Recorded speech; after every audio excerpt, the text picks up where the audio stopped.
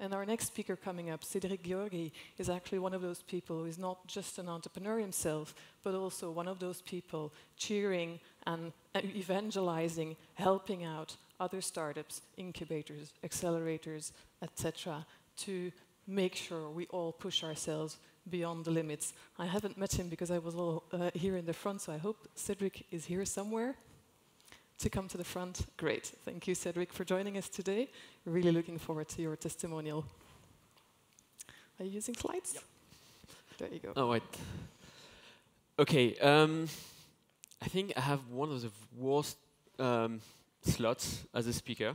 I was thinking, let's make sure that I have my timer over there. Hearing Mark, I was like, how is it possible that I will be next? I mean, why? Especially because I was not supposed to be next. There was one guy supposed to be between us. So it's like, what a bad luck today. But so I'm really impressed by what he's done, as everyone around us, I guess, is. So I was thinking, how is it possible to be next? And the only thing that came to me during the presentation of Mark is like, when you hear, when you consider such failures and such life accident as what he had, then our failures, and perhaps mine failure or other we have in business, I mean, we cannot consider them as something that important. We need to consider it as something that happens and something that we need to go through, and they're just very tiny in comparison to what life can bring us. And so if you see it that way, and so I'm just improvising right now because I needed to find something, but I mean, I think the key thing is they're just small, tiny details, and if we see them like this, and I failed my startup, basically, but in comparison to something that big in life, okay, I just move forward and I will keep building stuff, and it's very tiny failure. So I will talk to you about Cookening, a startup I co-founded a few years ago, and some people will consider that I failed it. Some other people will consider that I did not fail it, and we'll go through this. So a few things to start. Every story is an exception. In the startup world, in the entrepreneur world, you will find a lot of people like me trying to explain what we've done. And I was listening to a lot of entrepreneurs before I started Cookening, and everything is an exception. There are only exceptions. So there's no, you cannot adapt what I'm saying to your case. You cannot read books and say, okay, I will follow the rules that are written in the books. So especially in fundraising, one of the key things I'm doing some spoiler here, but one of the key things we failed is to raise funds. Raising funds is always like just one scenario, and the next one will be different. But even if I say that all of us are exceptions, we still need to apply things that are common to everyone, like being lean. And one of the failures that we had is to say, we're so exceptional, our project is so specific, we can not to be lean. And this was clearly a mistake that we've done at Cookening. So to give you some explanation, Cookening was and still is, in some way, a platform to share meals, what we call social dining.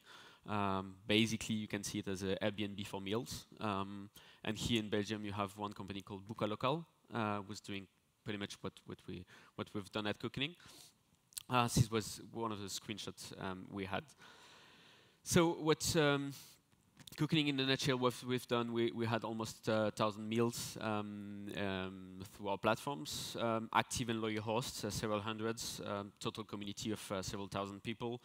We were recognized as one of the pioneers, meaning we were one of the first platforms to launch as part of the sharing economy.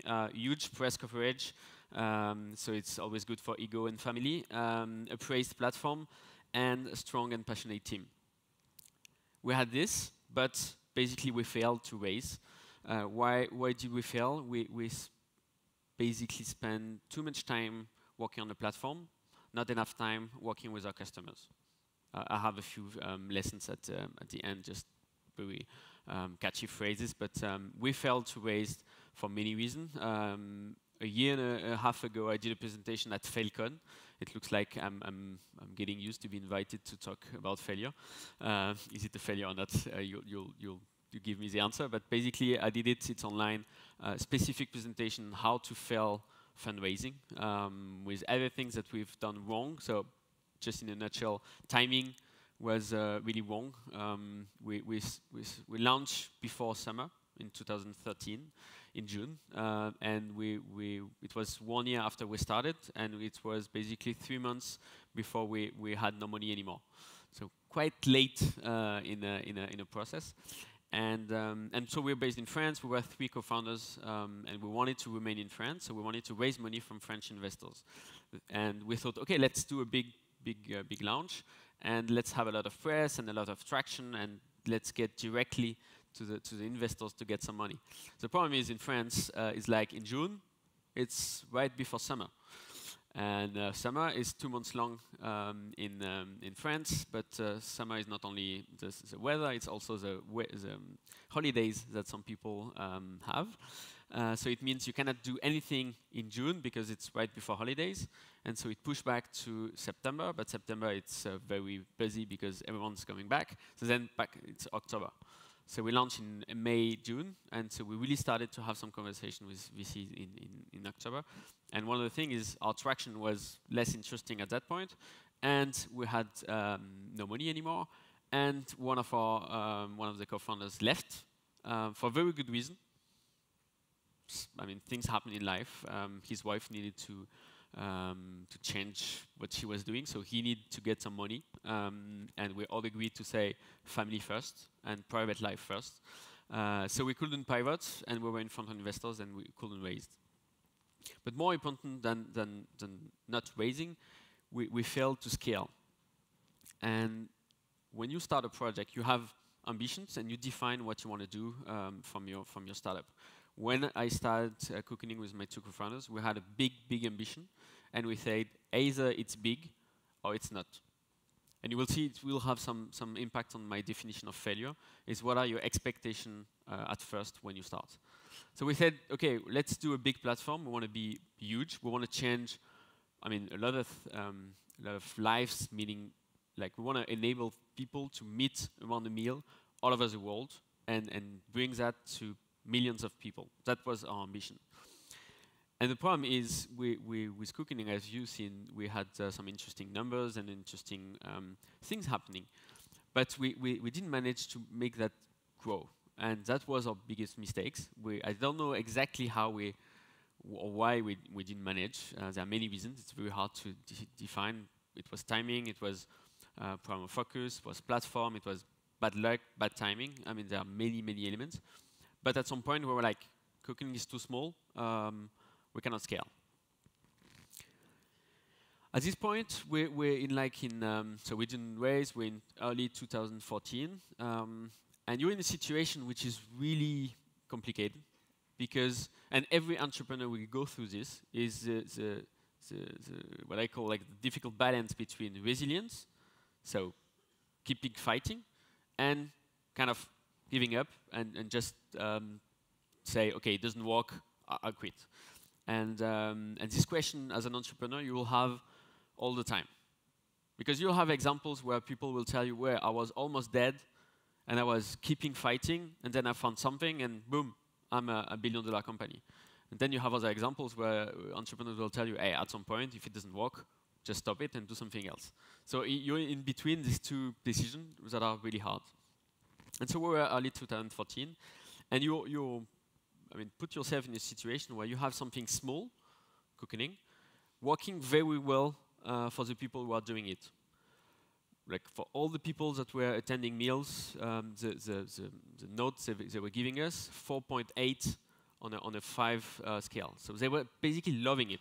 The hosts are really loving it. They will get more meals. They want to really keep doing it, but it doesn't grow. And at some point, we need some money. Doing the process, which is not something I recommend. I got married. We got a child.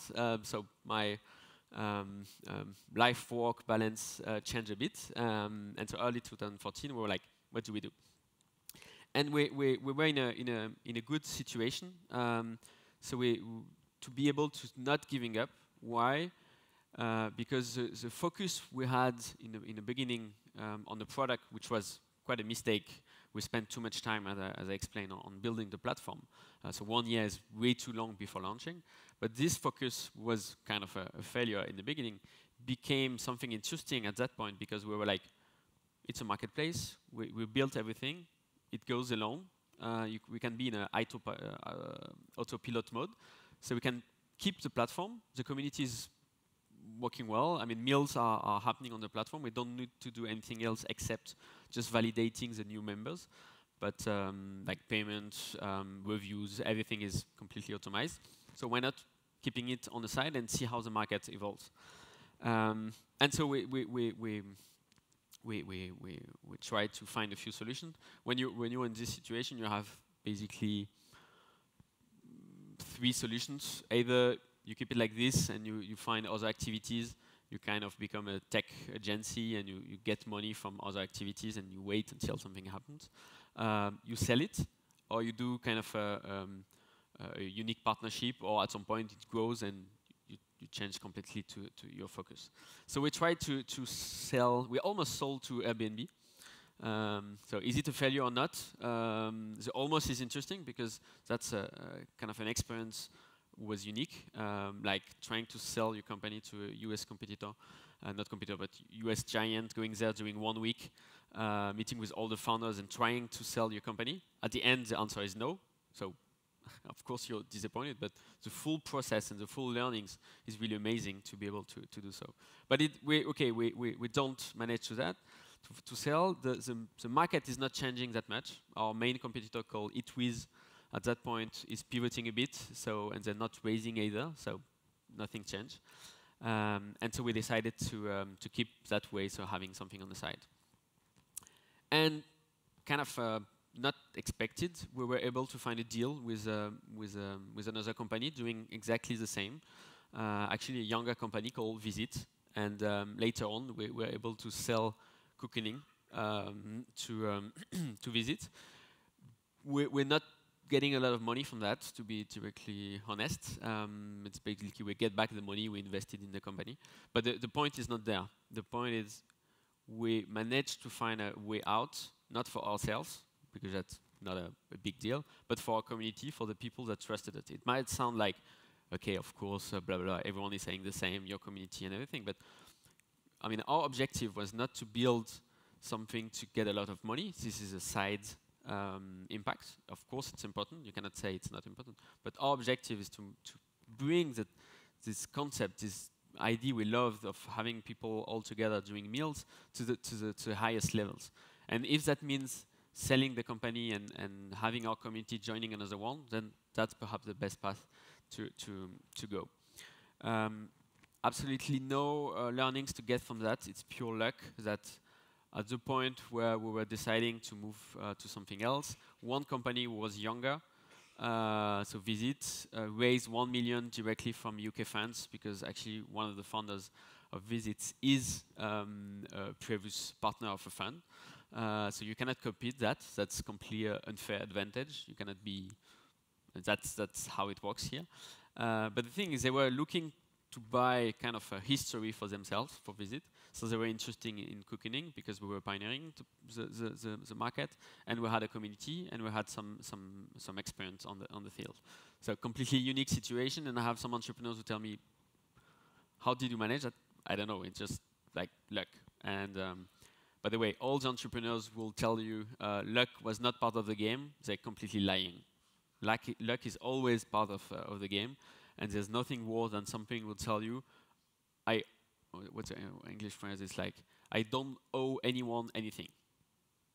That's a stupid sentence you might hear. Like I owe a lot of things to my co-founders, to my community, to everyone. Cooking was a qualitative success, a quantitative failure, but it was basically a failure because, in my expectation, I wanted cooking to be as big as possible, to scale, to be the market leader, to be worldwide, and we failed in that way. We succeeded in the experience we give to people, as I explained. Every meal was a success, but it was a failure in comparison to expectation. Timing is key in everything. Timing is key in raising funds, in launching, in also with the market. We always say time to market is key, but try to be as fast as possible on the market and don't wait and don't try to say, as we did, like, I can afford not to be lean because it's about a meal, it's about sharing economy, blah, blah, blah. That's completely wrong. This one is actually one that quite interesting, I believe, is that sexy ideas are very dangerous. And I will try to move away in my next adventure from sexy ideas. Sexy ideas are ideas where everyone around you will tell you, wow, that's a very cool idea. Like really, everyone. Or, oh yeah, I thought about the same idea. I'm sure it will work, it will be amazing. And the problem is at some point you're like, try to be cautious with that. But when you have everyone around you telling you it's an amazing idea, and you believe yourself it's an amazing idea, at some point you really believe it's a very simple and ideas that will really succeed. And you tend to forget that all the small details that are quite complicated for your idea, and that the market is not yet there, and that it's you need to acquire users and all this stuff. So very careful with sexy ideas. Also because the press loves sexy ideas, and so you'll get a lot of press, and that's what we've done, like international-wise, TV, and I mean, all the press you can expect. The fact that you're getting press is no sign that you might succeed in the future. So careful with sexy ideas. And the last one is something that it took me some time to find. It is what I call the founder business fit, and you know the product market fit, which is something we all learn in business school or in readings. But I discovered that one of the key reasons we failed is the founder business fit. And I thought I was the one guy dedicated to an idea such as cooking, because basically I'm cooking at home. I was the first host on the platforms. I was crazy about the idea. My wife and I, we organized almost 100 meals at our place, so I was really into it. So I was like, okay, I'm the perfect guy to launch it. I have some experience in the web industry, and okay, it's fine. The problem is what's needed to have cooking or a model such as cooking, what's needed to succeed, the skills or actually the tasks that I need to do as a CEO are not the ones that I did, and are not the ones that I'm really into. To be clearer, I needed to focus more time on building a local B2C community, spending half of my time talking to users, finding all the users one by one, and being really like on the ground to build that B2C community. And I was not that into that. I was more with other entrepreneurs, trying to have partnerships, more B2B guy, with like trying to find a deal with Airbnb, with BlaBlaCar. So really like biz dev, and not hustling users on the ground. And so it's really, really important to, when you start something, do you want to spend your whole day for a specific task that is clearly needed for your business? And that's why the founder business fit is key. I have 2 minutes left, but I really believe you never stop being an entrepreneur, so there's no question of what do I do after I failed or I didn't manage to have my startup as I wanted to. So I joined an Internet of Things company called Sigfox, which is actually quite a big giant right now. From France, we're building an Internet of Things network all over the world. If you're in IoT or hardware, just let's talk after that, but that's not the point. But interesting point is, it was not a question of is it hard or not to find a job after you failed your startup, and the market knows you failed your startup. No problem. My co-founder joined BlaBlaCar, another big French giant, directly as the head of UX design. He was a product guy at Cooking. Clearly, his experience was highly evaluated. The other one, is doing another startup. And now I'm hiring a few people at Sigfox, and for the previous one, I was looking for a very strong technical lead, and my job description was basically, I want an ex-CTO of a startup who has failed, because I know that this guy, he needs to get a little bit of money, be in a situation during 3-5 years where he has a salary at the end of the month, but he's still in an entrepreneur mindset, and that's exactly the kind of experience we were looking for, and only entrepreneurship can bring that to people. Also, if you're interested, the only thing that I'd like to share an excitement is what's happening right now. So in 2005 it was about Web 2.0. I couldn't dare writing that on a slide. It's completely forbidden anymore. But it was a time to go in web application. And I believe, and I'm not the only one, that 2015 is an amazing opportunity for hardware entrepreneurs. Might be in Internet of Things, but also in other situations. And if you're interested in startup and entrepreneur, right now, I mean, you need to consider hardware tech as something that will grow a lot in the future. I hope it helped. My time is over. If I can help, because that's exactly what you said. So we're kind of a family. We're a family among entrepreneurs. Like we paid forward, but we also paid back when we've done something that might interest some people. So you have my contact details, and happy to share more details. Thank you.